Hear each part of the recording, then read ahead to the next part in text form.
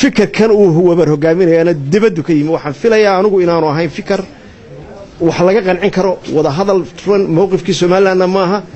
إنه حد كإثيوبيا سومال نحن موقف كده عيش كفلنا يعني أنا قبا وموقف أرجع يحس كفلنيو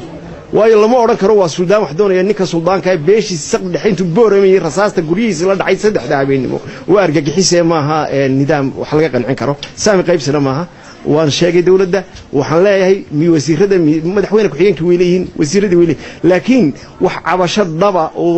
وزير دي وويناية شسلا الرمي دي بدأ مالية داخلي عافيماتكي وزير وويناية أردن ما هيستا غير بورين حق بين وليهن إنه هلا sidoo kale boqor Cismaan aw Maxamed Buurmadow waxa uu bayaamiyay in musharaxnimada madaxweynaha aanay ku xidhnayn caafimaadkiisa iyo da'diisa toona ee lagu eego wax qabadka uu dalka u horseeday waxaana hadaladiisi kamid ahaa arrinka waxaan u arkaa waxa weeyaan madaxweynaha waxa laga rabaa wax qabad baa laga rabaa inuu dadka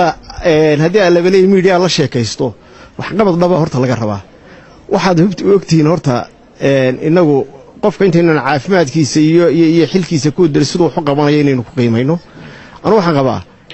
hadda Jazaa'ir Algeria waxa ka dhacday Algeria meesha la yiraahdo waxa ka dhacday doorasho ka dhacday Jazaa'ir waxa ka dhacday ninka la yiraahdo Bouteflika campaign buu ku jiray waa dawlad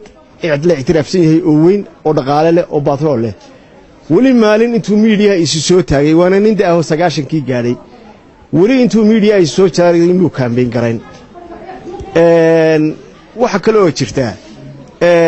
maantii uu helay isagoo wheelchair lagu riixayo baa la soo fadhiisay xataa muu hadlin